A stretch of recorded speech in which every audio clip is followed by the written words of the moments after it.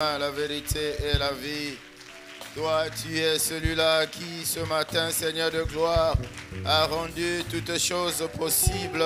C'est pour ces raisons que nous sommes heureux d'être là, présents, parmi les survivants, dans cet endroit que nous t'avons, ô Père de gloire, consacré, afin qu'à chacune des occasions que tu nous donnes, nous puissions glorifier ton nom, nous puissions célébrer ton nom, nous puissions adorer ton nom, toi qui es la résurrection, qui es la vie, toi qui, au-delà, Père de gloire, Jésus-Christ, des quotidiens difficiles, toi qui, au-delà et en dépit de toutes ces choses, de l'adversité, Seigneur, tu es toujours Dieu, debout dans nos vies, Seigneur, présent dans nos vies. C'est pourquoi ce matin encore, ô Père, reçois l'expression de notre gratitude. Ce matin encore, reçois notre allégeance au Dieu. Nous voulons célébrer ton nom, nous voulons célébrer ton nom. Nous voulons glorifier ton nom, Seigneur. Tu es notre Père et notre Roi. En dehors de toi, il n'y a point notre Dieu. Les anges te célèbrent, les archanges font autant, les chérubins, les 4 êtres vivants, ô Dieu, et les 24 veillards autour de ton trône, associés, ô Dieu, accepte, Père de gloire, que de cet endroit montent ces prix, ces moments, ces mots, ces soupirs, l'expression de notre gratitude, Seigneur. Tu es Dieu, Jésus. Tu es grand, Seigneur de gloire. Tu es assis sur le trône maintenant. Depuis toujours d'ailleurs, depuis que tu es monté, tu es assis sur le trône de gloire, à la droite du Père. Ah Jésus, ce matin, Père. Ah, ce matin, Jésus. Oh, ce matin, tu es grand. Ce matin, c'est juste le rappeler que tu es grand parce que tu l'as toujours été. Tu es, tu le resteras fidèle à toi, fidèle à ta parole, fidèle à ton amour inexplicable, Père, incommensurable. Fidèle, fidèle en tout, Seigneur. Oh Dieu, en dépit de nos comportements, tu restes Dieu. En dépit, Père, des situations que nous traversons, tu restes Dieu. C'est pourquoi ni la maladie, ni la mort, ni la tribulation, encore moins les persécutions, oh Dieu, l'humiliation, rien de toutes ces choses ne nous sépareront de toi, Seigneur. Toi, tu es notre Père et notre Roi. Ce matin, nous sommes assis à cet endroit, à tes pieds, Seigneur, pour écouter ta parole. Mais nous avons tenu au préalable à t'élever, à te glorifier, à t'élever, Seigneur. Alléluia, Hosanna. Alléluia. Alléluia. Alléluia, alléluia, alléluia.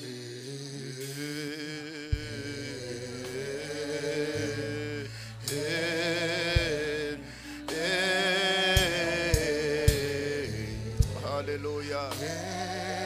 Shabareke terebo sanda.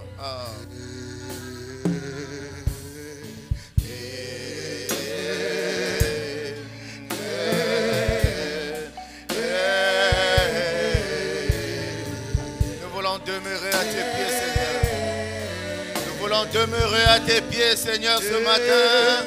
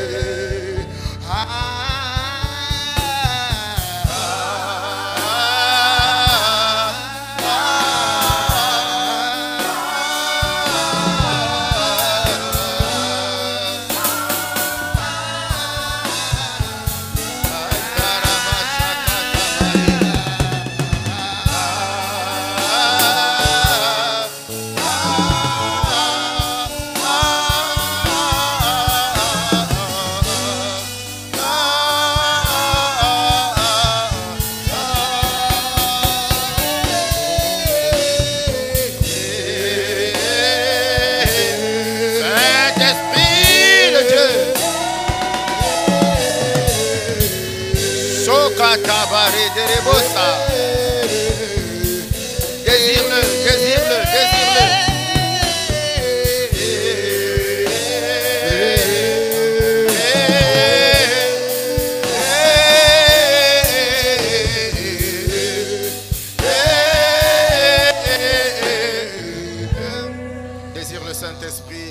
Dis-lui simplement du fond de ton cœur que tu es là. Que tu es là, tu le désires, tu as besoin de lui. Dieu, tu as soif de lui. Tu le veux en toi maintenant, tu le veux sur toi maintenant. Tu le veux avec toi maintenant pour qu'il impacte ta vie. Ce matin, pas après. Nous refusons que cela soit après. L'omniscient, l'omnipotent, l'omniprésent. Maintenant, nous avons besoin de toi, besoin de ta présence. N'est-ce pas que tu nous rassures que là où 2 ou 3 s'accordent en ton nom, tu es là. Ce matin, nous voulons que le monde réalise que Père, que tu es là ce matin par le Saint-Esprit.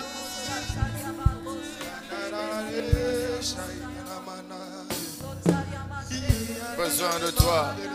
Shakata bariri bosanta. Likabari bosha. Mandara bashakata ba. Rekaba shendere bosaka. Shebere baba santa. Makabari bosika. Ora barere ba. Shakabari. Mandara bashakata baba.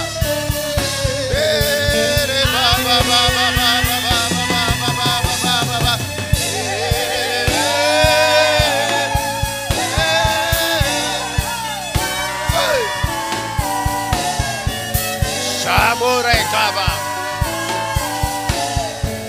Mantabare Kerebo Shakataba Erabashe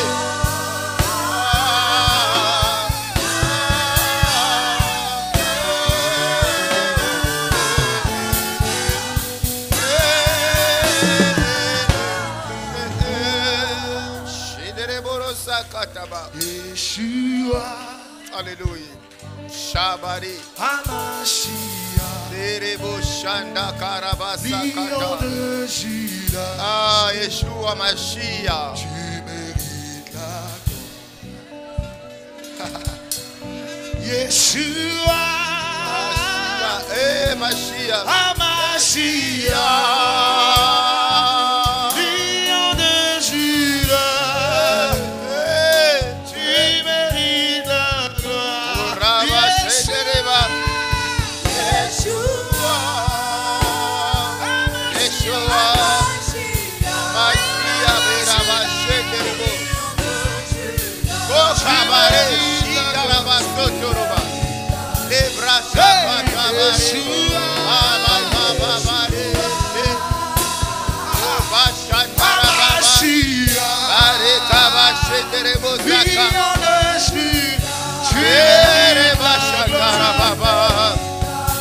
Yeshua Mashiach,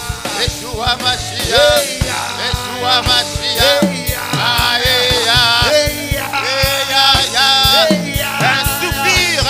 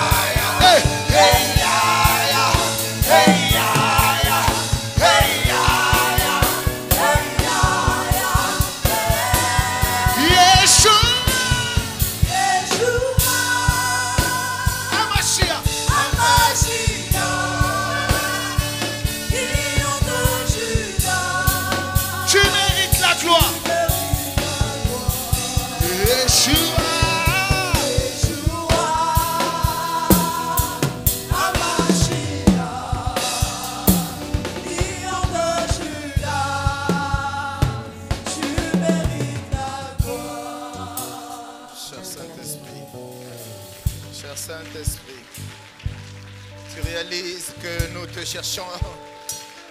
Tu réalises que nous tenons à ta présence. pour nous rassurer, pour nous garantir, pour nous enseigner, parce que tu es le meilleur enseignant. En dehors de toi, il n'y a personne. Nous avons cherché dans le monde, nous n'avons point trouvé. Nous avons cherché partout, nous n'avons point trouvé. Mais c'est toi, Esprit de Jésus. Esprit de Jésus, le consolateur. Merci ce matin, Seigneur. Merci l'homme de Galilée. Merci le Tout-Puissant. Viens te répandre à cet endroit. Viens Saint-Esprit. Viens toucher un cœur. Viens prendre, ô Dieu de gloire, la direction de tout. Viens Saint-Esprit de Dieu. Bénis et merci. Que la gloire et la louange te remontent. Reviennent à toi et toi seul. L'adoration, l'exaltation, nos acclamations à toi, nos acclamations à toi, nos acclamations à toi seul. Tu peux faire mieux, bien-aimé. Tu peux mieux acclamer pour Dieu. Tu peux mieux acclamer pour Dieu. Alléluia. Alléluia. Notre Dieu. Amen, amen. Amen, amen. Merci les chantres, merci. Est-ce que dans la joie ce matin, prends soin de saluer ton frère et ta soeur. Prends soin de saluer ton frère et ta soeur. Si son visage est plissé, transmets-lui la joie. Alléluia. Transmets-lui la joie. Rassure-le simplement que Dieu est vivant. Rassure-le simplement que Jésus est vivant. Quelqu'un dit Jésus est vivant. Amen, amen.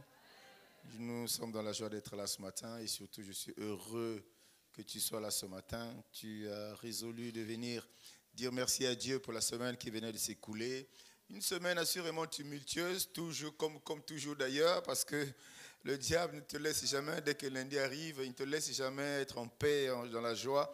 Mais une semaine au cours de laquelle la main de Dieu était sur toi et il a fait de telle sorte que ce matin, que tu sois là pour qu'à l'unisson nous puissions élever son nom, nous puissions le glorifier, nous puissions l'exalter. Quelqu'un me dise Amen. Amen, amen. Amen.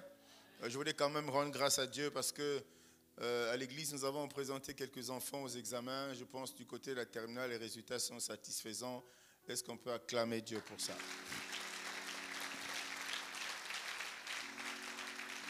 Voilà, une bonne partie des enfants qui sont dans l'église ont pu avoir leur baccalauréat et je prie qu'il en soit ainsi pour les examens qui viennent. Amen. Amen, amen. Acclame encore pour Jésus.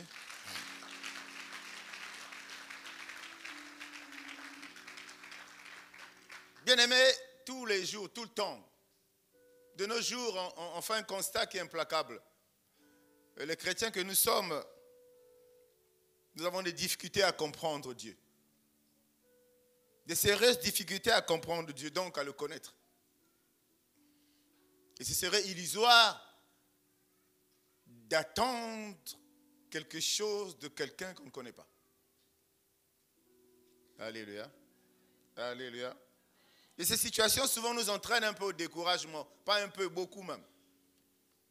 Au découragement, au laisser aller, à la faiblesse. Tu te dis, bon, mais je pense que je vais essayer de réfléchir différemment. Parfois, on abandonne totalement. On abandonne carrément. On se dit, je pense avoir fait ma part, mais là, je me rends compte que rien ne va. Rien ne va. Rien ne va. Bien aimé, quand il s'agit de parler de la croissance d'un enfant qui vient de naître, il y a un certain nombre de dispositions qui doivent être prises par les parents pour que cet enfant puisse grandir. Il peut grandir physiquement, c'est vrai, mais il y a un certain nombre de dispositions que les parents doivent nécessairement prendre pour faciliter, allez, disons-le, cette croissance de l'enfant. Sur le plan physique, sur le plan mental, sur le plan intellectuel. Bref, pour essayer de donner à cet enfant une éducation qui va lui permettre, au fur et à mesure il est en train de grandir, il est en train d'intégrer un milieu parce que simplement il est en train de prendre conscience de l'existence d'un environnement tout autour de lui. Dis-moi Amen, bien-aimé. Parce que l'enfant est né, il n'a pas conscience de son environnement, il n'est pas conscient de là où il est. C'est seulement quand au fur et à mesure qu'il va grandir, il va essayer de prendre conscience, waouh, il y a des gens autour de moi, il y a ceci, il y a cela. Mais ça va, le résultat obtenu par les parents ou attendu par les parents dépendra, bien aimé, de tout ce qu'ils vont mettre comme condition autour de cet enfant pour grandir. Quelqu'un me dise Amen. Alléluia. C'est pour ça que vous voyez que quand les choses n'ont pas été faites selon les règles, on parle de... Allez, c'est à la mode, hein, cet enfant était mal éduqué. Cet enfant, voilà, il est mal éduqué. Tout simplement parce que quelque part, comme on dit, les bases n'ont pas été posées. L'éducation n'a pas été vraiment celle attendue pour que cet enfant-là soit vu, soit aussi admiré par les gens qui le voient pour dire oui, cet enfant-là, oui, il a des bonnes manières, il est bien éduqué. Ça, c'est le milieu mondain. Mais cela est valable sur le plan spirituel. Tout à l'heure, j'ai commencé à parler de découragement qui gagne les enfants de Dieu, qui finissent même par se détourner de Dieu à cause de quelque chose. Mais quand on essaie de faire le point de tout ça, bien aimé, il me semble qu'il faut se poser certaines questions. Il me semble qu'il est très très important qu'il faut se poser certaines questions. Il y a un acte important que tous en avons posé. Nous qui sommes là, nous avons donné nos vies à Dieu. Nous avons un jour dit, Seigneur, me voici. Je m'offre à toi, je te donne ma vie. Ça, nous l'avons fait. Certains ont pris ça au sérieux et sont restés accrochés. Et d'autres ont pris ça un peu comme un acte banal. On dit de le faire, je le fais. Et ils sont restés aujourd'hui ce qu'ils sont, ce qu'ils ont été. Moi, je prie que le Saint-Esprit te parle ce matin. Parce que si tu es un enfant, si tu as un enfant, tu te rends compte que tu constates certaines... Allez, ce que tu attends de l'enfant dans sa croissance, dans son éducation, tu ne reçois pas. Toi, en tant que parent, tu vas essayer de changer les choses. Et c'est pourquoi il y a des enfants, ils sont à l'école, et puis à un moment, l'enseignant se rapproche de toi, par exemple, te dit, mais les parents, il faut essayer de regarder tel aspect dans la vie de cet enfant. Alléluia. Et quand cette observation est faite, ça ne veut pas dire qu'avant, vous ne faisiez rien. C'est juste pour vous dire qu'il y a quelque chose à corriger. Il y a quelque chose à arranger pour que cet enfant-là croisse. Et nous venons à l'église pour beaucoup de raisons. Beaucoup de raisons. Des raisons parfois claires, valables, mais d'autres raisons parfois ne tiennent pas la route, bien-aimés. On a donné nos vies à Christ, mais on n'a pas compris quel était le bien fondé de cet acte. On a dit, Seigneur, me voici, mais on n'a pas compris ça, bien-aimé. Si on avait compris ça, je suis convaincu d'une chose. Tu ne serais pas la personne que tu es. Si tu avais compris pourquoi tu avais donné ta vie, comparativement à ce que Dieu a fait en nous donnant son Fils. Si tu comprends pourquoi toi, tu en retour, tu donnes ta vie à Dieu. Si tu avais compris ça, bien-aimé, tu ne serais pas la personne qui est là aujourd'hui. Tu serais une autre personne totalement différente, totalement changée, totalement transformée. Et qui vit notre expérience sur cette terre. Alléluia. Alléluia. Donc nous bénissons Dieu que toi et moi nous puissions entrer là, bien-aimés. Quand on vient à Dieu, le fait de donner sa vie ne signifie pas qu'on n'a plus rien à faire, au contraire. Je prends tous ces exemples des parents, ça veut dire que le fait d'inscrire ton enfant dans une école ne suffit pas. Ça ne s'arrête pas là. Le plus difficile vient derrière. Et comme je dis, tu as ceux qui sortent des eaux du baptême, j'ai dit, vous avez donné la vie à Jésus, vous êtes passé par les eaux du baptême, et après, le travail sérieux commence. C'est valable. Après, le travail sérieux commence, bien-aimé. Et c'est là le problème. Quelqu'un me dise Amen. Quelqu'un me dise Amen.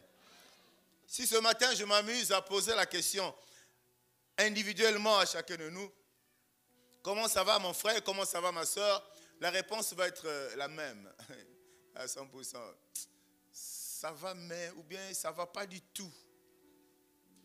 Quand tu donnes une réponse comme ça, c'est ce qui vient de toi, n'est-ce pas? C'est ce à quoi tu penses. Tu penses à ça à la lumière du constat que tu fais, à la lumière de ce que tu vis. Et tu t'écris à dire, ça ne va pas. Ça, ce sont tes pensées. Ce sont tes pensées, c'est ce que tu penses. Tu en as la conviction, effectivement, la vie ne va pas. Quand on te voit, on se rend à l'évidence qu'il y a quelque chose aussi qui ne va pas. Dis-moi amen, bien-aimé. Je veux dire que ce que nous reflétons, c'est ce à quoi nous pensons. Et ce à quoi nous pensons, c'est ce à quoi nous croyons.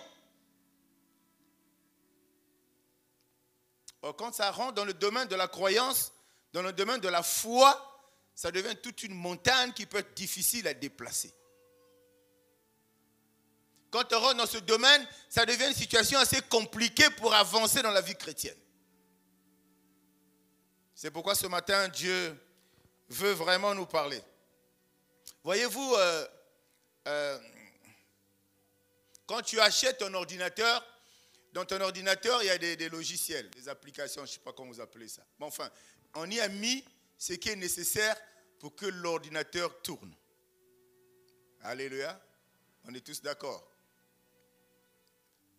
Des logiciels.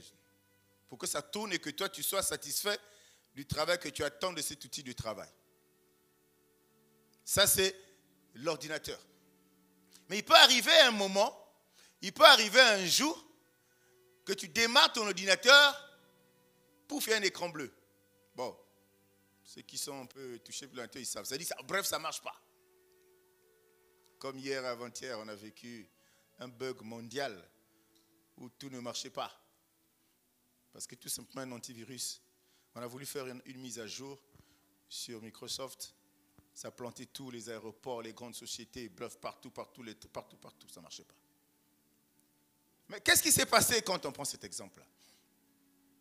Ça veut dire que dans l'ordinateur, le jour où tu le démarres et il ne marche pas, ce qu'on a mis dedans pour que ça fonctionne, ça n'a plus les mêmes caractéristiques.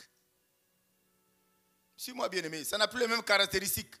Je ne suis pas informaticien, ce n'est pas non plus un cours d'informatique, mais nous allons tout de suite rentrer dans ce qui nous concerne, tu vas comprendre comment les choses fonctionnent dans le royaume. Ça veut dire qu'il y a quelque chose qui est anormal dans cet appareil. Et qui est en train de faire finalement, quand tu tapes la lettre A sur ton Word, il te fait je sais pas moi, des milliers de lettres Z, X, autres qui s'affichent, tu ne comprends pas. Tu n'as rien fait, mais ça conduit à un dysfonctionnement. C'est l'homme qui a créé l'ordinateur. Dis-moi amen. Dis-moi amen, bien-aimé.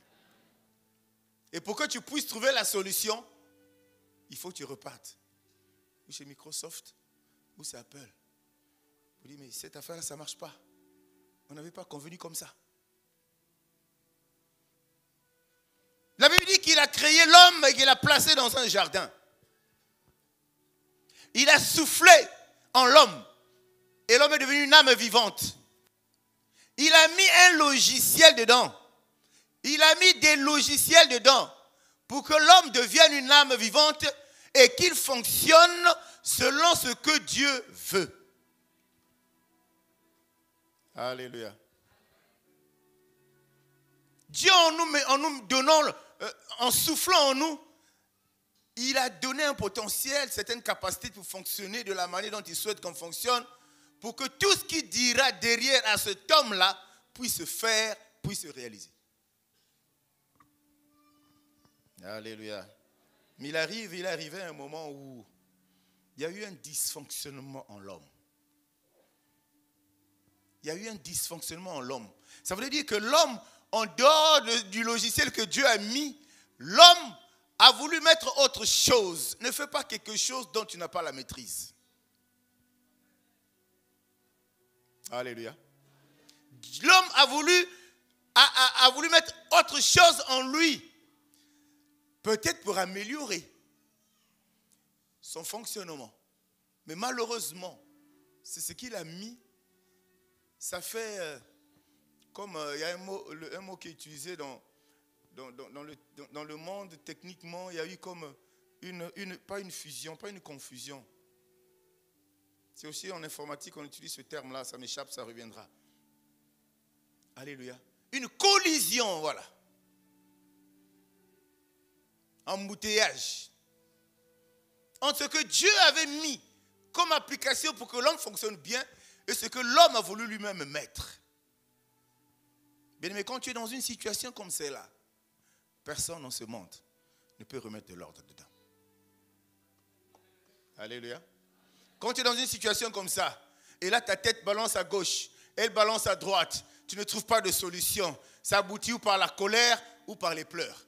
Tu ne peux pas trouver la solution. Parce que ce que Dieu avait mis en toi, il sait ce qu'il avait mis et pourquoi il avait mis ça. C'est pour que les choses fonctionnent selon lui et selon ta volonté. Toi et moi, on a pris autre chose. On a mené, on a mis dedans. Ce matin, et c'est pour ça qu'il dit la solution, c'est repartir vers lui-même.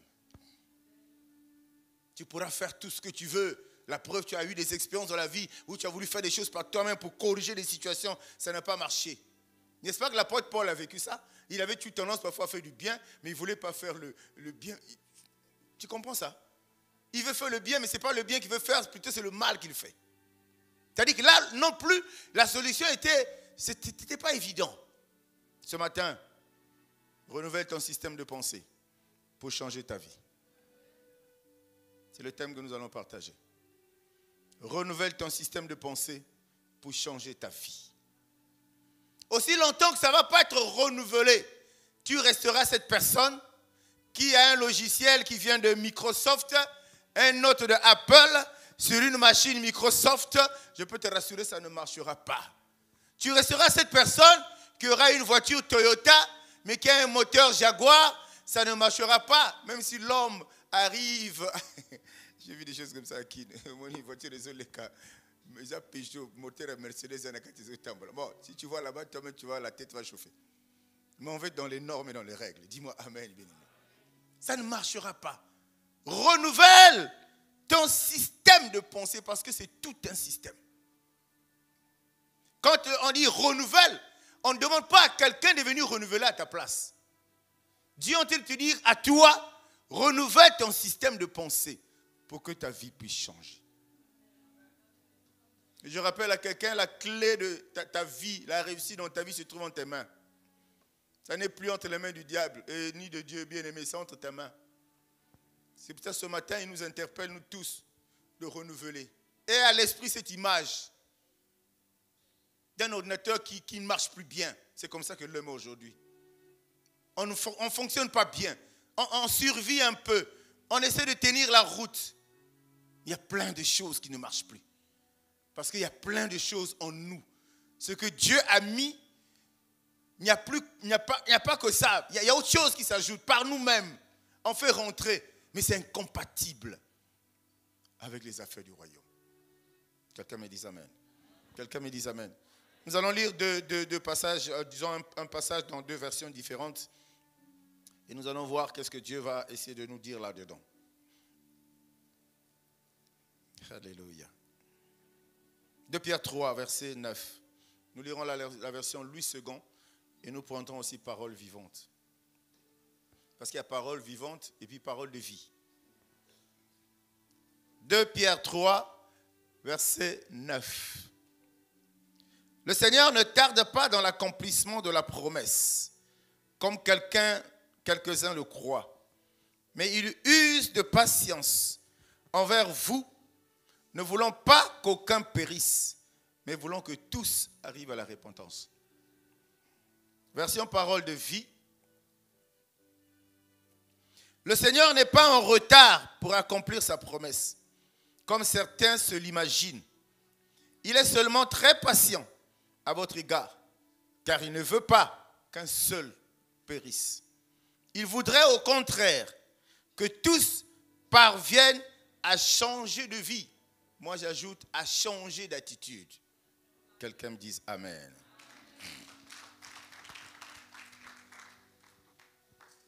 Voyez-vous, on a dans l'église depuis qu'on est là, cette manière, je ne sais pas si elle est la bonne ou la mauvaise, de nous contenter, de nous préoccuper beaucoup plus d'enseigner la parole avec le peu que l'Esprit peut mettre à cœur.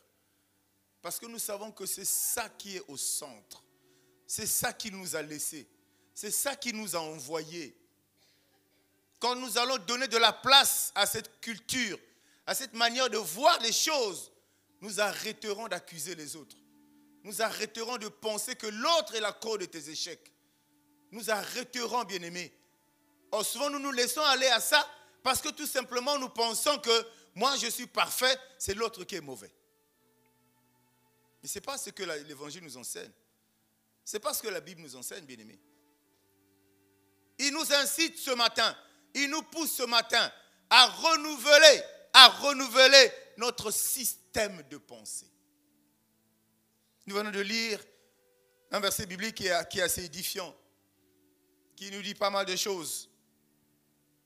Souvent, on pense qu'il vient en retard. Non, il n'est jamais en retard. Dieu est toujours à temps parce qu'il est au contrôle du temps.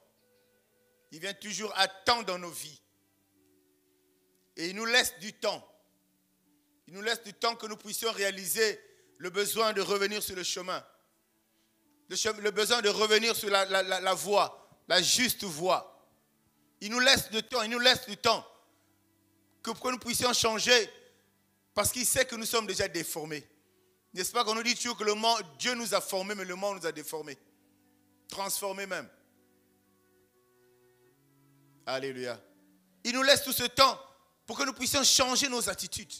Nos attitudes, que nous puissions changer nos attitudes. Pas que quelqu'un puisse les changer à ta place, mais toi et moi, nous puissions changer nos attitudes. C'est pourquoi on nous parle du besoin de renouveler notre système de pensée pour que notre vie change, bien-aimé. Dis-moi Amen. Changer d'attitude, voilà ce qui bloque les enfants de Dieu. Le problème, il est à ce niveau-là. Ça bloque là. On ne peut pas avoir la croissance, on ne peut pas observer du positif. Ça se passe là, changer. Parce que les enfants de Dieu se plaisent à rester enfants. Or, Dieu nous apprend, on est enfant, on accepte, on marche avec lui. C'est pour parvenir à certaine stature, à une certaine identité qui s'appelle fils. Mais nous refusons le passage d'enfant à fils. Parce que nous pensons que c'est compliqué. Parce que nous pensons que c'est difficile, bien-aimé. Il y a des choses que tu fais dans la vie qui sont plus difficiles que passer d'enfant en fils. Parce que l'une des clés pour passer, c'est l'obéissance. L'obéissance à quoi? À la parole de Dieu. Mais réalise dans ta vie, il y a des choses que tu fais qui sont tellement compliquées, tu réussis à les faire. Mais les choses les plus faciles que Dieu te demande de faire, de quitter le stade d'enfant pour devenir un fils, tu penses que c'est compliqué. Pourquoi? Parce qu'il y a certaines choses qui sont là que tu dois faire et il y a d'autres que tu ne dois plus faire. Mais celles qu'on te demande de ne plus faire, tu adores tellement le faire que tu penses que c'est compliqué de laisser. Quelqu'un me dit Amen? Est-ce qu'on est ensemble ce matin, bien-aimés? Acclame pour le Seigneur. Oh, tous on est d'accord que tant qu'on ne deviendra pas, parce que Dieu quand il met son logiciel pour qu'on fonctionne, si nous nous maintenons dans cet état, bien-aimé, dans cette attitude, si nous adoptons cette culture totalement, derrière la Bible nous dit qu'il y a un héritage. Alléluia. Mais on nous dit que cet héritage n'est pas réservé aux enfants. Aux enfants, ok, mais aux enfants matures. Ça veut dire que ceux-là qui ont grandi, qui comprennent le langage de leur père. C'est pour ça que les gens qui laissent des testaments à leurs enfants, ils ont 2 ans, 3 ans, 4 ans, mais ils vont attendre l'âge mature, 18 ans pour le Congo, pour dire voilà ce que papa avait laissé. Parce que si on lui donne ça avant, il en fera un mauvais usage. Et Dieu fait pareil avec nous. Dieu veut que nous puissions grandir, bien-aimés. Nous puissions changer, ça se bloque là. Or, ce changement, comme je dis, nécessite un renouvellement obligatoire de la manière d'appréhender les choses autour de soi, de la manière de penser, bref, de la manière d'agir. Ça suppose un changement total de notre caractère. Et c'est pour ça que tu verras certaines personnes qui ont vraiment donné la vie à Christ. Quand on les voit, on dit, celui-là vraiment il a changé. Hein. Il est vraiment devenu chrétien. Pourquoi? Parce qu'il y a quelque chose que tu dégages qui fait dire aux gens qui sont autour de toi que tu es réellement devenu un fils. On peut demeurer enfant, comme la plupart d'entre nous, on est enfant, on parle bien, on a toute la Bible dans la tête, mais les actes que nous posons nous trahissent parce qu'ils ne prouvent pas que nous sommes devenus un enfant et un fils. Ils ne prouvent pas que nous sommes devenus matures. Nous posons des actes d'un enfant, d'une personne immature. Pourquoi? Parce que les pensées n'ont pas évolué. Alléluia. Alléluia. Ça, c'est la réalité de la vie chrétienne. Parce que comme on le dit souvent, c'est bien. Tous nous voulons voir l'impact de la main de Dieu dans nos vies. Tous nous voulons voir ce que le monde appelle couramment le miracle. Tous nous voulons voir la puissance. Tous nous voulons voir les bonnes choses. Nous voulons bien aimer. Mais il y a quelques préalables, comme qui dirait. Il y a des choses à faire, ça ne tombe pas du ciel, ces choses-là. Ça ne vient pas comme ça chez n'importe qui et n'importe quand. Avec l'image du vase, ça vient dans la vie de ceux-là qui sont devenus des vases prêts à recevoir ce dont Dieu leur a promis, bien-aimés. Ça ne vient pas partout. Arrêtons de penser comme ça. C'est erroné de faire comme ça, de penser comme ça. Tout se passe dans nos têtes, dans nos pensées. Mais nos pensées ne tombent pas non plus du ciel. Nos pensées ont des origines. C'est le fruit parfois de certaines analyses que nous faisons, des situations quand nous traversons dans la vie. On fait des analyses, ça forge en nous un certain point de vue, une certaine pensée. Et nous avons ça. Nous avons une source, bien-aimée. La meilleure des sources. À laquelle il faut s'abreuver. Pour rendre possible cette transformation. Pour rendre possible cette facilité, cette possibilité vraiment de récupérer ce qualificatif, cette appellation d'enfant de Dieu, de fils de Dieu. C'est pour ça que Dieu ne s'est pas arrêté à nous donner un enfant. Alléluia. Alléluia. Est-ce que je peux acclamer pour le Seigneur bien-aimé?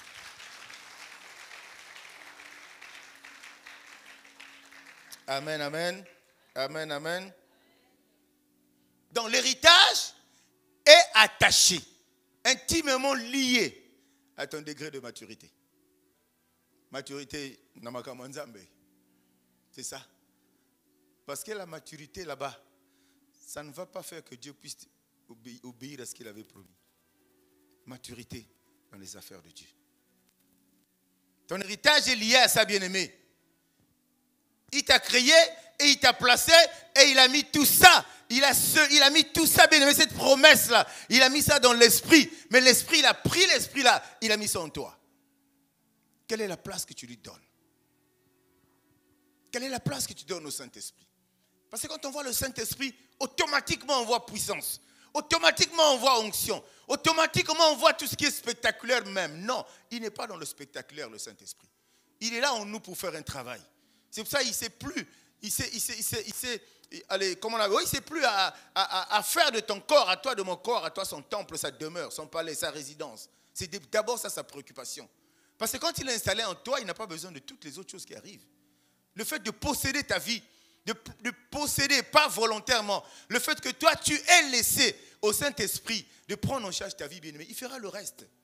Ta vie sera une vie d'une facilité déconcertante, bien-aimé. C'est-à-dire que tu feras des choses, où il y a des choses qui se passeront dans ta vie, toi-même tu ne comprendras pas. C'est pour ça que je me suis dit, vous avez des chrétiens qui sont toujours joyeux, parce que ce qu'ils vivent avec Dieu, c'est des expériences que personne d'autre ne peut vivre. Pourquoi? Parce qu'ils ont laissé totalement la place à Dieu. Totalement. Je te donne un peu, moi je garde ça. Ta vie n'est pas à Dieu. Alléluia. C'est se livrer. Quand on se livre entièrement à Dieu. Donc il a promis, il a donné un héritage et tout ça, il a mis ça. Il a scellé ça par le Saint-Esprit, il a déposé en toi. Il a posé ça sur toi. Il a collé ça avec toi. Mais qu'est-ce que tu en fais, mon frère? Qu'est-ce que tu en fais, ma soeur? Nous voulons changer, oui, c'est possible. Nous voulons, j'allais dire, remporter des victoires, oui. Nous voulons être heureux, oui. Oui, nous pouvons être heureux. Dieu ne nous a pas créés pour être tristes tous les jours. Non, bien-aimé. Il a fait l'homme pour que l'homme soit heureux. Mais quel est cet homme-là qui doit être heureux? C'est cet homme-là qui s'est livré. Lui-même, n'est-ce pas, qui s'est livré. On a pris l'image de cet agneau qu'on livre à la boucherie. Il s'est livré parce qu'il était capable de refuser d'y aller.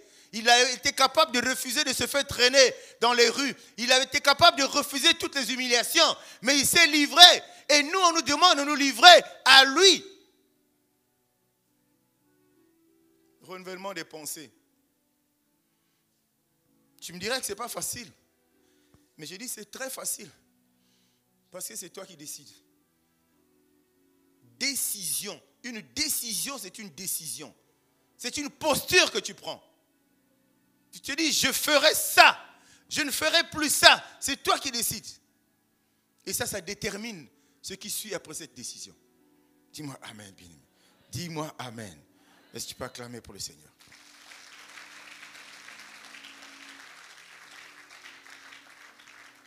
Alléluia. Donc si toi tu ne parviens pas à la maturité, Dieu attendra le temps qu'il faut pour te mettre à disposition l'héritage qu'il a promis. Ça c'est évident. Il ne donne pas aux enfants.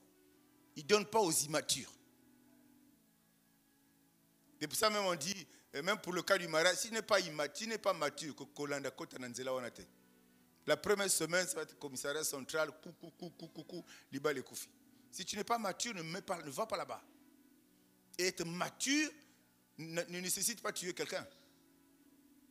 Alléluia. Alléluia. Amen, amen, amen. Donc quand on regarde sous cet angle-là, cet aspect, on peut quand même accepter tout ce que nous sommes, nous-mêmes responsables de nos échecs. Nous sommes nous-mêmes responsables de ce que nous vivons dans nos vies. Parce que nous avons la direction. Nous l'avons prise nous-mêmes. Comment voulez-vous réussir dans une vie? Prends ta direction toi-même. Dans ce monde assez complexe, dont Dieu sait. C'est pour ça qu'il t'a dit, quand je te mets dans ce monde-là, reviens à moi, donne-moi ta vie, que je prenne le contrôle de toutes choses, je te ferai marcher dans ce monde complexe de gloire en gloire et de victoire en victoire. Mais tu viens dans ce monde, tu te prends en charge seul et tu peux réussir. Tu ne réussiras pas. Le raccourci, c'est l'autre. Le raccourci, c'est la sorcellerie. Le raccourci, c'est les ennemis. Le raccourci, ils existent, bien-aimés. Mais est-ce que nous avons déjà créé les conditions autour de nous pour qu'on écarte ces gens-là? Sont-ils plus forts que Dieu? Alléluia. Est-ce que nous avons réuni les conditions? Non. On vient à l'église, on va à la maison, on va à l'église, on va à la maison, mais on reste la même personne. Dieu te dit à toi, mon frère et ma soeur, renouvelle ton système de pensée. Renouvelle ton système de pensée, les choses changeront. Renouvelle ton système de pensée, bien-aimé, les choses changeront. Nous, on est responsables, bien-aimé. Si on échoue, ça ne veut pas dire que le diable intervient. Alléluia. Il y a une nuance à bien. Si tu es enfant de Dieu, tu vas d'échec en échec. Ça ne veut pas dire que le diable est fort et il intervient et c'est pour ça que tu échoues. Non. Si tu échoues, c'est parce que toi, tu autorises le diable d'intervenir dans ta vie. Toi, tu l'autorises à intervenir. Parce que si tu n'ouvres pas la brèche, il n'interviendra pas. Il viendra voir ta vie comme une forteresse, impénétrable. Il n'interviendra pas. Mais c'est toi qui ouvres la porte, c'est toi qui ouvres la brèche, par un comportement, par une attitude, par une pratique, par pas mal de choses, par le péché, bref, d'une manière générale. Tu ouvres la brèche, mais c'est normal qu'ils viennent gérer. Mais après, ne te plains pas de tes échecs. Ne te plains pas des échecs, bien-aimé. On est responsable de nos vies. Ce n'est pas Dieu, encore moins quelqu'un d'autre. On est responsable. Si le diable réussit à nous écraser, c'est nous qui lui donnons le pouvoir et la permission. Parce que quand on te crée à toi, on dit tout ce que Dieu a créé là. Toi, tu as le pouvoir de dominer. D'où vient-il que la tendance soit renversée aujourd'hui? Parce que dans les pensées, le logiciel que Dieu avait mis dedans n'est plus là. C'est autre chose qui fonctionne. Ce qui fonctionne en toi, c'est ce qui te fait dire toujours je, moi, je suis capable, je suis ceci. Je parle, quand je décide, c'est ça, ce logiciel-là est incompatible avec celui que Dieu avait mis en toi pour faire de toi une âme vivante. Est-ce qu'on est ensemble, bien-aimés? Alléluia. Acclame pour Jésus.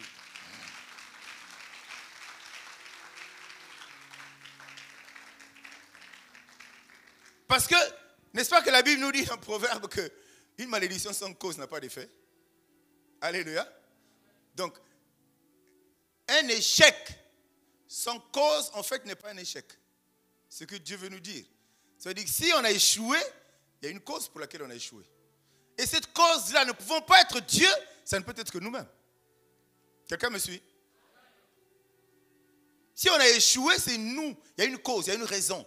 Mais cette raison, la raison de notre échec, ne peut pas être Dieu. On est d'accord? On est d'accord? Ça ne peut pas être Dieu, ça veut dire que c'est nous-mêmes. C'est pour ça, chaque fois qu'on échoue dans la vie, il faut s'arrêter. Enfant de Dieu, il faut réfléchir. Pourquoi j'ai échoué? Pourquoi je n'ai pas atteint l'objectif que je m'étais fixé?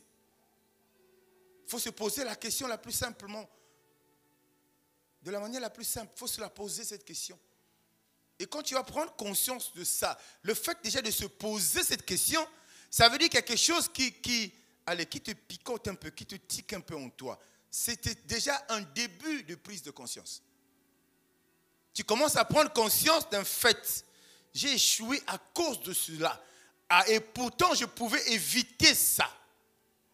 Voyez-vous, l'homme a un potentiel. L'homme a des capacités pour réussir. C'est pour ça que nous devons bannir l'échec. Nous devons bannir l'échec dans nos vies, bien-aimés. Nous devons bannir l'à peu près. Parce que le Dieu que toi, tu as choisi, à qui tu as donné ta vie, ce n'est pas un Dieu des à peu près. Quelqu'un me dise amen, bien-aimé. Quelqu'un me dise amen, bien-aimé. C'est-à-dire que partout où on est censé être, tout enfant de Dieu doit réussir. Partout où tu dois être, tu dois réussir. Même si Dieu permet que tu te retrouves dans un milieu de gens qui te sont hostiles, là, tu vas réussir. C'est ce qui nous apprend l'Écriture. On n'est pas fait pour être ralenti, on n'est pas fait pour reculer, on n'est pas fait pour avancer, aller peut-être timidement aux ordres. Non, on est fait pour aller devant, bien-aimé. Le peuple d'Israël est sorti d'Égypte, direction Canaan. Devant. Et nous devons fonctionner comme ça. Et nous devons vivre comme ça, bien-aimés. Le premier, il faut qu'on prenne conscience que Dieu avait mis quelque chose en nous depuis le commencement, bien-aimé. Et cette réussite ne dépend pas de ta vie, je ne sais pas comment dire ça, physique, dans ta vie du monde, en tant qu'être humain. Non, cette réussite commence au moment où tu as donné ta vie à Dieu. Parce que là, tu rentres dans une autre étape de ta vie. Tu rentres dans une autre étape dans ta vie où les règles ont changé, où les règlements ont changé, où le code de la route a changé. Tu rentres dans un autre monde dans lequel tu vas simplement accepter. Ce qui est paradoxal et ce qui est parfois triste, c'est qu'aujourd'hui, on est Congolais, on est dans notre pays, nous avons notre constitution, nous avons nos lois, nous respectons ces choses, mais demain matin, non, nous ne respectons pas ces choses. Il ne faut pas que tu m'embrouilles. Il y a des choses que nous ne respectons pas, on est dans notre pays, on ne respecte pas. Mais demain matin, comme toi, tu as un rêve d'être américain, tu as un rêve d'être britannique, tu as un rêve d'être, je ne sais pas, australien, tu vas aller là-bas. La première personne qui va être soumise à leur loi là-bas, c'est toi. Est-ce que tu trouves ça correct? Alléluia. Tu es dans le monde, tu as une nationalité. Tu vas dans le Seigneur, tu adoptes, bien-aimé, tu adoptes, tu l'épouses. Yo pense na ka ko bala mo sia mondele. Nyangwana mabala ngo ebiga kate. Après tu deviens pauvre. Parce que là-bas la loi dit quand tu refuses la femme là-bas, même pas bic même pas crayon. Ngeke basiki maboko pam. Oui. C'est comme ça. En Europe pas jouer divorce. Tu as déjà entendu une femme qui a divorcé là-bas avec tort? Jamais. Parce que c'est la loi. Alléluia. Parce que si tu épouses là-bas, tu acceptes les principes de là-bas. Pourquoi quand tu viens, Jésus-Christ vient t'épouser, tu n'acceptes pas la règle? Pourquoi tu n'acceptes pas la règle, bien-aimé? Qu'est-ce qui est compliqué? C'est même plus compliqué de respecter la loi des pays occidentaux que de respecter la loi que Jésus te met devant. C'est même plus facile. Il n'y a rien de compliqué. Alléluia. Parce que le but pour nous, c'est être comme lui. Faire comme lui et avoir et recevoir comme lui. Le but, c'est ça. Lui qui? Jésus. Bien-aimé. Regardons-nous. Mirons-nous. Tu te mires quand tu sors tous les matins, quand tu t'habilles. Ce matin, combien de fois tu es passé devant le miroir? Mais prends ta vie spirituelle, place ça devant toi. Alléluia. Prends ta vie spirituelle, place ça devant toi comme miroir. Où est-ce que j'en suis? Avant que je parle que Dieu n'existe pas, avant que je déclare que Dieu ne me connaît pas, avant que je dise que les gens sont contre moi, qui es-tu toi spirituellement? Mire-toi. De la même manière, tu te mires tous les jours. C'est normal, non? Avant, il faut que tu regardes si tu t'es habillé correctement, décemment. Pourquoi on ne peut pas le faire sur le plan spirituel? Est-ce que je parle à quelqu'un ce matin? Pourquoi on ne peut pas le faire? Nous devons être éduqués. Vous savez, les Noirs, on a une culture terrible. Quand tu dis à quelqu'un que tu es mal éduqué, c'est une injure. Il est fâché. Mal éduqué. Ah, je ne connais pas trop bien le français, mais je ne vois pas où se trouve l'injure. C'est simplement dire que tu as des mauvaises manières de faire. Tu as un caractère qui n'est pas bon. Ce n'est pas une injure, bien-aimé. Mais si ça devient récurrent, il faut que tu te poses la question. Pourquoi un tel me dit que j'ai des soucis dans tel aspect, un tel aussi me dit que j'ai des soucis dans tel autre aspect? Apparemment, c'est moi le problème. C'est comme l'histoire des papas diplômés. Comme à tout le monde a 5 femmes. Si tout va mal, papa, yo moto mal. Alléluia. C'est toi qui es mauvais. Tu as eu 5 femmes, les 5 ne peuvent pas être mauvaises. Non, non. Maman, yo peut tamboli. Non, c'est toi qui es mauvaise. C'est des principes de la vie, bien-aimé. Parce que la logique, le raisonnement ne peut pas nous pousser à croire que tu as eu 10 histoires de mariage dans ta vie. Les gens là partent tous, c'est toi qui non, c'est pas possible. Regarde-toi. Amène-toi devant le miroir. Prends ta vie spirituelle maintenant. Tu ne peux pas renouveler tes pensées si tu ne t'accuses pas. Si tu ne reconnais pas, allez, ce qu'on peut gentiment appeler tes faiblesses par rapport à la vie spirituelle. Si tu ne les reconnais pas, tu ne peux pas prendre la décision de renoncer à ça. Amen, amen. C'est pas autre chose. C'est pas des histoires compliquées. Non, c'est ça. Quand on comprend ces choses-là, les pensées sont renouvelées. On vient s'arrimer à la pensée de Dieu. N'attendons ce que l'amoki au fini ordinateur, ça marche de nouveau.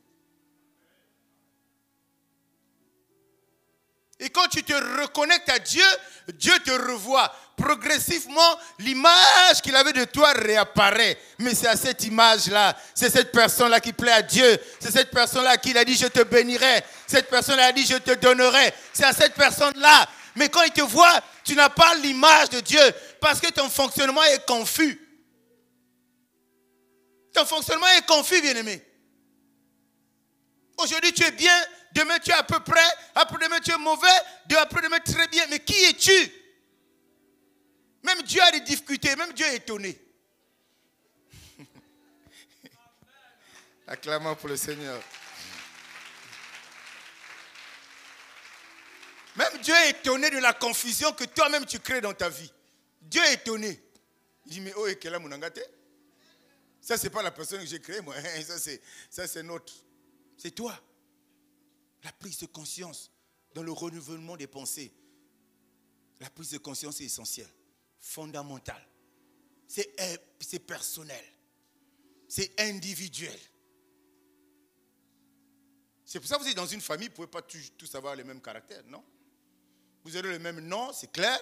Vous aurez certains traits physiques, c'est clair. Mais le reste, il n'y aura rien de commun. Tu peux voir dans des familles des gens qui ne s'entendent pas. Même père, même mère, vous voyez. Alléluia. Bien-aimé, prenons conscience de ça. Prenons conscience de ça. Il dit qu'il est dans le monde. Jean 9,5. Pendant que je suis dans le monde, je suis la lumière du monde. Il dit pendant qu'il est dans le monde, il est la lumière. En fait, une façon de nous interpeller. Une façon de nous dire, pendant que je suis là, profitez. Si moi je suis lumière, profitez que vous aussi vous devenez lumière.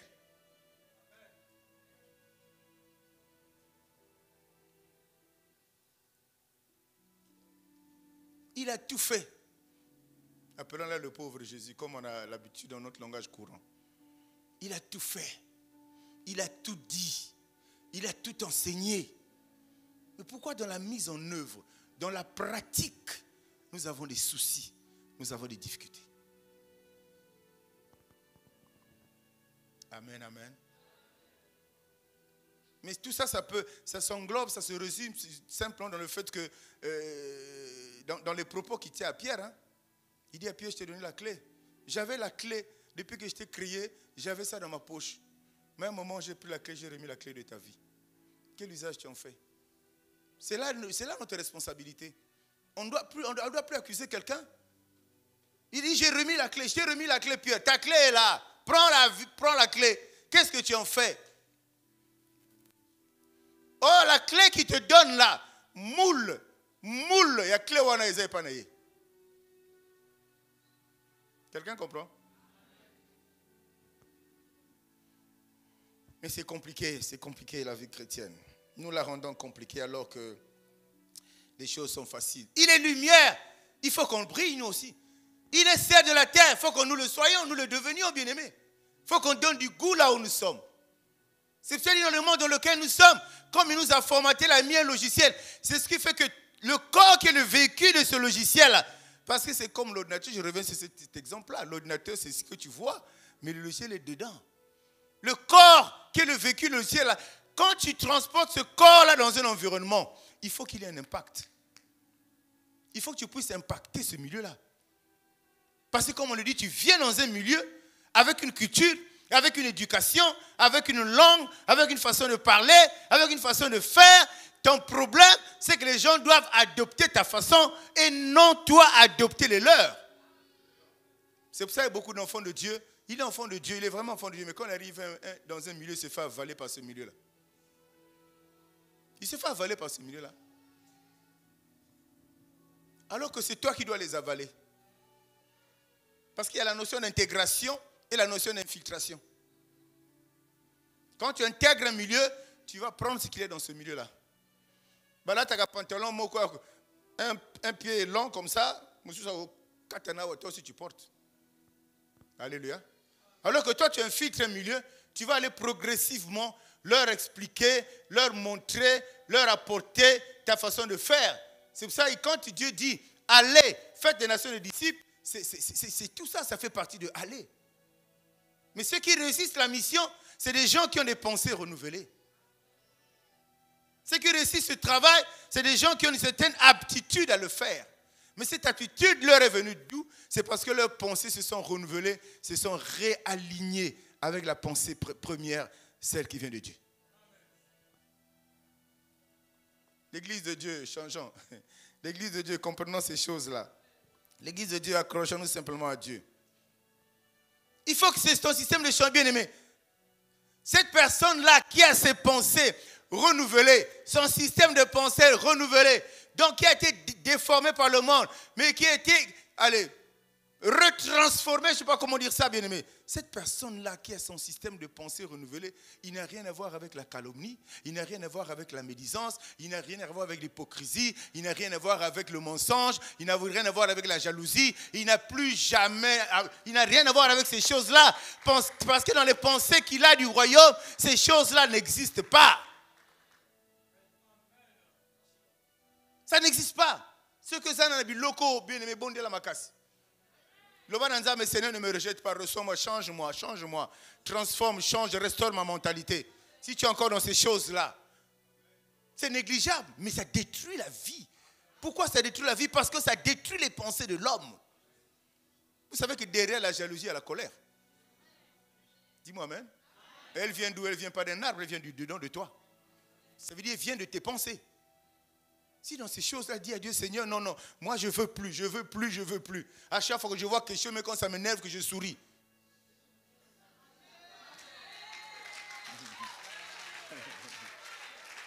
Ah Seigneur, aide-nous Seigneur, aide-nous. Aide-nous à appréhender ta parole, à extérioriser ta parole, à l'intérioriser, aide-nous Seigneur. Qui nous aide? Quelqu'un comprend ça? Bien aimé, vie, ça n'a pas cité. Je vous jure. La vie chrétienne, avec Dieu. Il n'a pas dit que tu vas... Tu trouveras trouver du travail, ce n'est pas un exploit. Hein? Amen. Quelqu'un d'accord avec moi? Même se marier, ce n'est pas un exploit. Hein? Dis-moi amen. Mais il a dit, avec Dieu, nous ferons des exploits. Un exploit, c'est ce qui sort de l'ordinaire. Un exploit, c'est ce qu'un homme ne peut pas faire. Un exploit, c'est ce que le commun ne peut pas réaliser. Ça, c'est l'exploit parce qu'il n'y a que lui, Dieu, qui est capable de le faire. Mais on dit que c'est avec lui qu'on peut réussir ça. Mais toi, tu te déconnectes de lui. Tu ne veux pas être avec lui. Ça veut dire que tu ne veux pas des exploits. Tu ne veux pas la vie heureuse. Tu ne veux pas la vie belle que tu cherches dans le monde. Malheureusement, tu cherches dans le monde à un prix.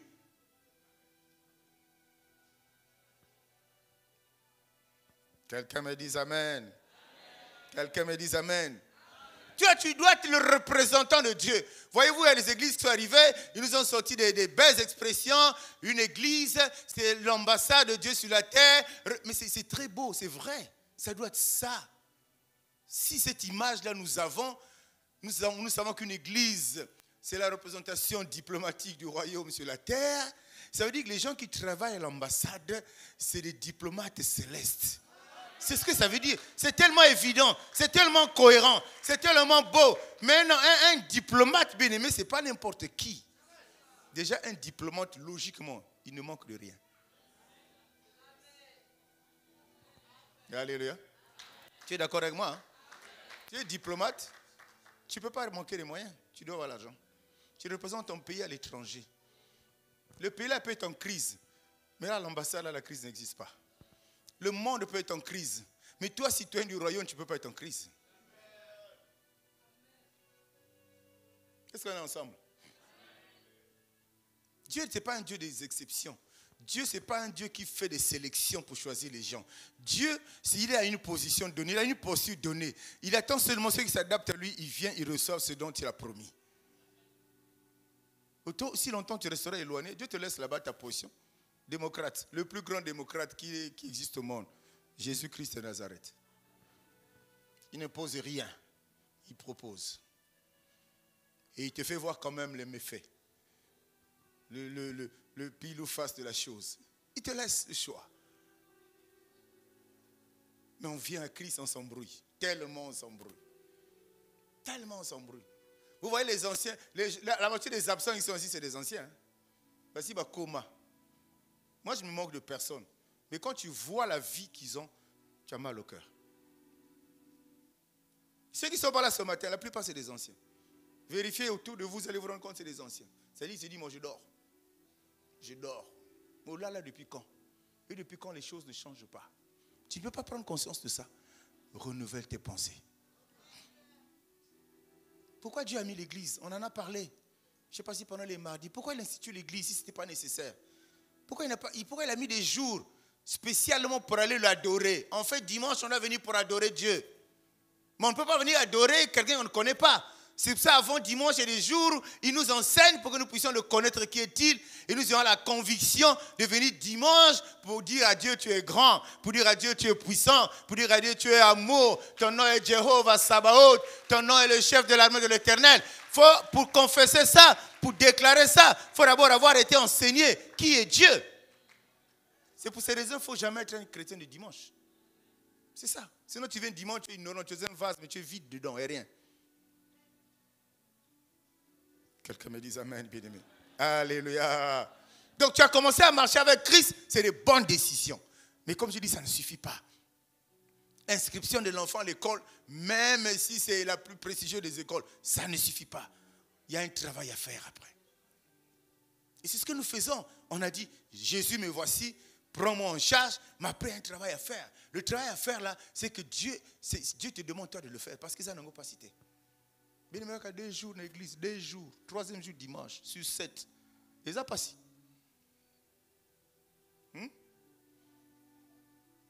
Comme nos raisons, c'est le travail.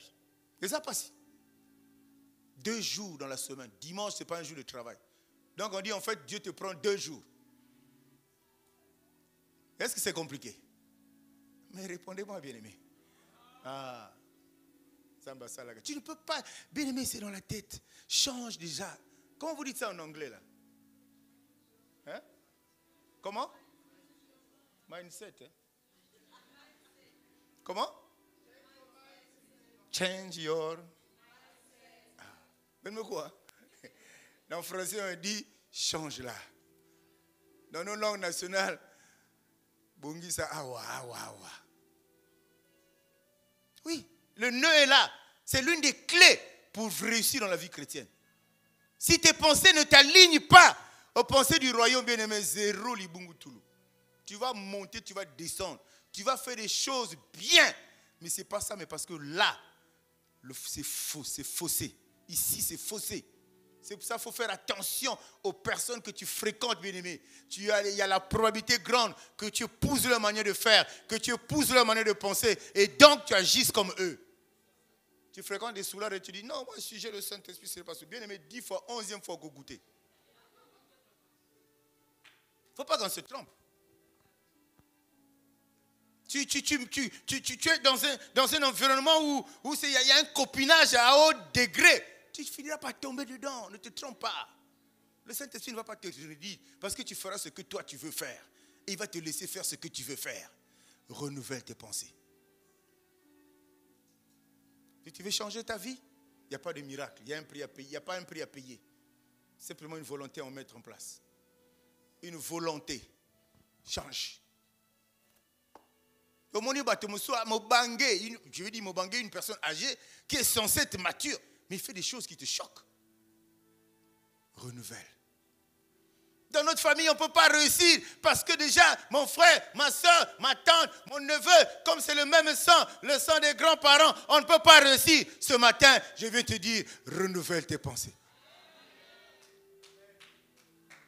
Il y a la crise mondiale, on ne peut pas donner du travail. J'ai déposé des dossiers partout. Ce n'est pas possible, ce n'est pas la peine, j'ai déposé encore. Renouvelle tes pensées.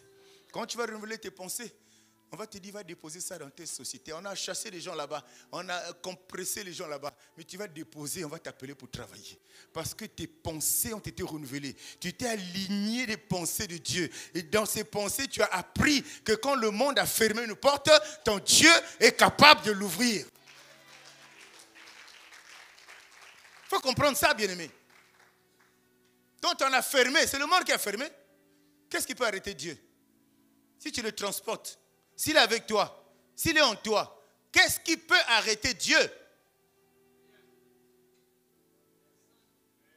On voit le monde autour de nous. On voit que tout est compliqué. On voit que tout est difficile. Ça voudrait dire que c'est aussi compliqué pour Dieu. Renouvelle tes pensées, bien-aimé, et avance. Le meilleur pour toi est devant. Tout est devant, ce n'est pas derrière. Ce n'est même peut-être pas aujourd'hui, mais tout est devant. Quand je dis devant, c'est peut-être à 17h. Que celui qui croit acclame le Seigneur.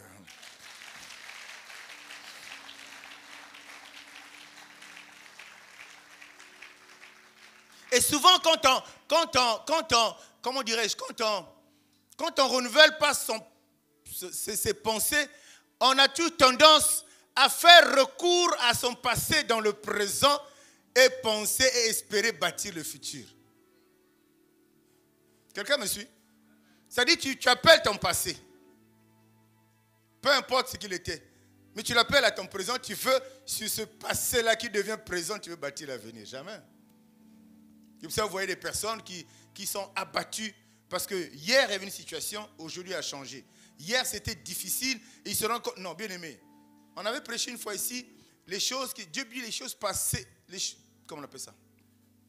Les choses anciennes sont passées et toutes choses sont devenues nouvelles. Mais j'avais prêché une fois, j'avais dit, à un moment, le passé peut être utile pour te propulser vers ton avenir. Parce que dans le passé, il y a des choses dans lesquelles tu as échoué. Et quand tu as découvert les raisons pour lesquelles tu as échoué, tu peux changer la manière de faire. Aujourd'hui, tu peux changer demain pour réussir le lendemain. Quelqu'un me suit? Acclame pour Jésus bien-aimé. Donc, il y a la naissance. Le fait de donner sa vie à Christ, il y a la naissance. Et quand tu acceptes Jésus, il faut grandir. Pour espérer atteindre cette maturité, il faut grandir. Et grandir va t'amener à mûrir. Quelqu'un me dise Amen, bien-aimé. Et c'est quand tu es mûr que tu es sûr. Quand tu es mûr que tu as une certaine assurance en toi. Quand tu es mûr, même sur le plan spirituel, tu es sûr que rien ne peut t'ébranler. L'obstacle viendra, les ténèbres viendront, l'obscurité viendra. Mais tu l'as accepté, tu as grandi, tu as mûri. Tu peux combattre le bon combat de la foi, comme l'a dit l'apôtre Paul. Parce que si tu ne passes pas par ces étapes, bien-aimés, c'est difficile que là change. Tes pensées c'est difficile à changer. Nous sommes enfants de Dieu. Qu'est-ce que nous faisons, bien-aimés, pour que, sans que nous parlions, parce que la meilleure évangélisation, ce sont nos œuvres. Mais les œuvres sont produites par ceux-là qui sont devenus fils. Ceux-là qui savent qui ils sont. Ceux-là qui ont tout renouvelé. Les gens qui t'ont connu depuis 10 ans, quand ils te revoient, ils sont étonnés. Ils n'ont même pas besoin de te poser. Certains même vont te suivre en cachette pour voir l'église là où tu vas. Parce que Dieu va mettre dans leur cœur la conviction, c'est parce que tu vas dans une église que ta vie est devenue celle-là. Alléluia. Amen, amen, amen. C'est ça la vérité, bien-aimé. Nous devons changer. Arrêtons d'accuser. Arrêtons de dire à tel est responsable. Arrêtons, alignons-nous au principe de Dieu. Plus tu t'alignes, plus tu avances dans le renouvellement de tes pensées, dans le changement de ta façon de faire. Bien-aimé, si tu ne penses pas, tu ne parles pas. Si tu ne penses pas, tu n'agis pas. Si tu ne penses pas, tu ne fais rien. Donc le point de départ, c'est la pensée. Donc c'est quelque chose de précieux. Or, le siège de ta pensée, c'est ton corps, ton cœur. C'est pour ça que Dieu nous dit, gardez votre cœur. Alléluia. Plus que toute autre chose. Bon, Babylone que Belé n'a vu, mais le cœur. Parce que si on veut te toucher, on va te toucher par ton cœur. Mais si pendant qu'on veut te toucher, là-dedans est le logiciel de Dieu. Et c'est eux qui vont être étonnés. On l'atteint à tel niveau, mais il ne bouge pas. On l'atteint à tel niveau, mais il ne bouge pas. On l'humilie à tel niveau, il ne bouge pas. Il y a quelque chose qui... Mais parce que ton cœur est devenu une forteresse. Inaccessible par n'importe qui. Intouchable par n'importe qui. Et chaque jour que tu avances, tu ne fais qu'enregistrer, tu ne peux qu'encaisser cette parole positive. Bien entendu, il n'y a qu'une pensée positive. La pensée positive, c'est la parole de Dieu, c'est la pensée de Dieu. Il n'y a que elle qui peut venir chasser tous les barbares, tous les trucs étrangers qu'il y a au-dedans de toi. Il n'y a que eux qui peuvent venir chasser sa bien-aimée. Aime Dieu. Aime Dieu. Accroche-toi à lui. Il va t'aider à changer les choses. Vous savez, ça agit tellement dans tous les domaines de nos vies. Parfois, on se dit, mon Dieu ne peut agir que là, c'est moi qui dois. Tu croises une personne dans ta vie. Tu es une jeune fille, tu croises un frère. Tu es un jeune frère, tu croises une soeur. Bien aimé, mais la pensée de Dieu qui est en toi là, ça va mettre à nu la personne qui est en face de toi. Ce gars-là, barbare ou bien mot bien. Bien aimé, quand tu dis à quelqu'un, je t'aime, là, ça ne suffit pas. Parce qu'il peut t'aimer comme il aime le manioc. Il peut t'aimer comme il aime le sakasaka. Il peut t'aimer comme il aime le champagne. Il peut t'aimer comme il aime le vin. Mais nous, on a besoin d'un amour agapao, un amour, l'amour de Dieu, l'amour véritable. Quand quelqu'un te dit, mon frère, je t'aime, ma soeur, je t'aime, tu sens que ça vient de la pensée de Dieu. Et les bien-aimés, tout sera devant toi pour dire, oui, ça c'est la bonne personne. Tu vas souvent chez tes copines. Ah, j'ai rencontré un frère là, il m'a dit qu'il m'aime. Bonne chance. Ça suffit? On ne mange pas l'amour. Hein? On ne mange pas je t'aime. Renouvelle tes pensées.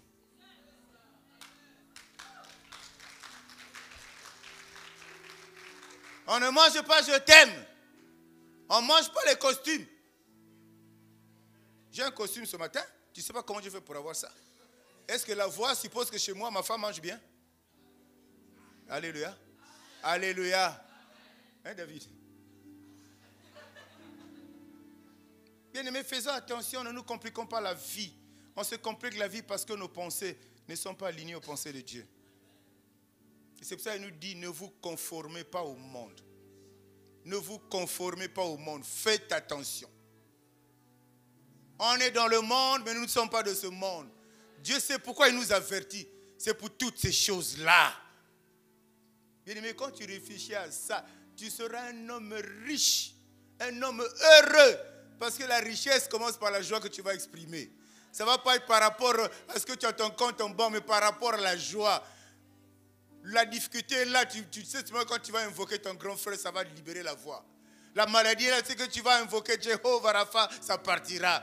Les problèmes sont là, tu sais que quand tu vas te lever simplement, les ennemis vont se disperser. Parce que quand tu te lèves avec lui. Parce que quand tu marches avec lui. Or, avec lui, tu ne peux pas échouer. Avec lui, on ne peut pas te détourner. Parce qu'il est en toi, il va t'amener vers la bonne direction. Il va t'amener là où lui, il a déjà été. Pour que toi, tu vives la gloire. Et que le monde sache que le Dieu d'Israël est un Dieu vivant. Le Dieu d'Israël, celui qui dit un mot et la chose s'accomplit. Il est ce matin à cet endroit pour parler de toi. Il est ce matin à cet endroit pour te ramener sur le chemin. Il t'invite à changer ta façon de marcher. Oh, tu ne peux pas marcher si tu ne renouvelles pas tes pensées. Il a parlé à toi. Il a parlé à moi. Il ne l'a pas fait en vain. Parce que la Bible dit, la parole de Dieu ne sort pas en vain. Quand elle sort, elle ne retourne jamais sans avoir accompli le but pour lequel elle était envoyée. Que le Seigneur bénisse sa parole. Alléluia. Jésus. Me devant toi, Seigneur. Devant toi. Ma vie est entre tes mains. Jésus. Je veux voir. Nous sommes à toi ce matin. Nous sommes à toi ce matin, Seigneur.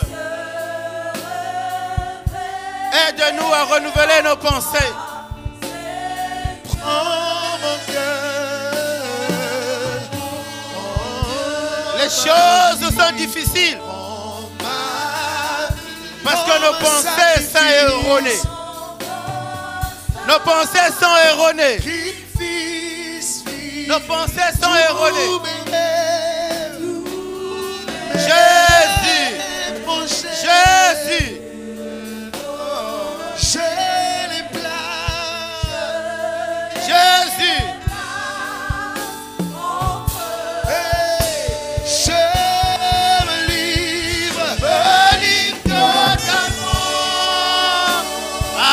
Kabashakataba, Lebro Sandaraba, Ikabasoturuba. Tu peux,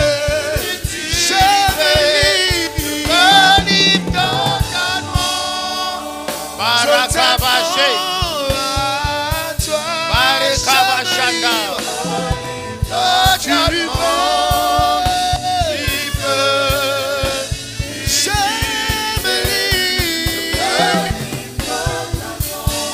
Totalement à toi ce matin. Je me livre à toi, Seigneur. Totalement ce matin. Je me donne. Totalement, tu peux. Tu peux.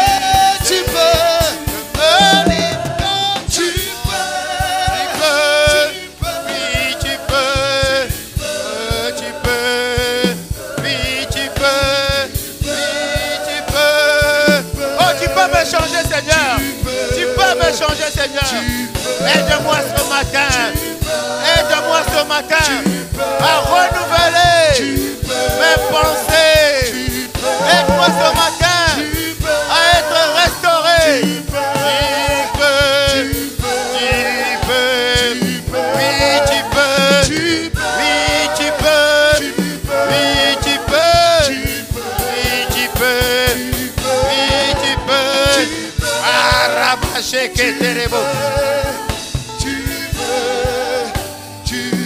Oui, tu peux.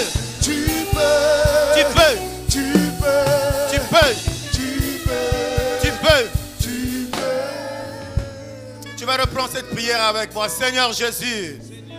Seigneur Jésus, ce matin, je voudrais te dire ma reconnaissance. Seigneur, merci. Merci pour ce que tu m'as dit. Seigneur, merci. Cette parole est tombée dans mon cœur. Alors, je me résous à m'approcher davantage de toi. Seigneur, je t'en supplie. Je ne savais pas. Je ne comprenais pas. Mais ce matin, j'ai compris. J'ai compris. J'ai compris. J'ai compris. J'ai compris. Aide-moi à renouveler mes pensées afin que ma façon de faire change et soit alignée sur les principes de ton royaume. Seigneur, ne m'abandonne pas. Je veux aussi posséder mon héritage. Mais aide-moi à renouveler mes pensées. Aide-moi à changer mon caractère. Aide-moi à changer mon comportement. Seigneur Jésus, tu es Dieu. Tu es bon. Tu es amour.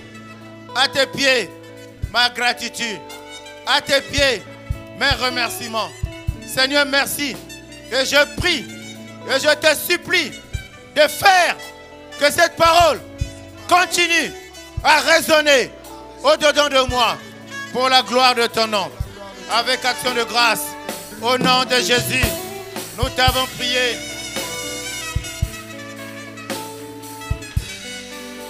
Acclame, acclame, acclame, acclame.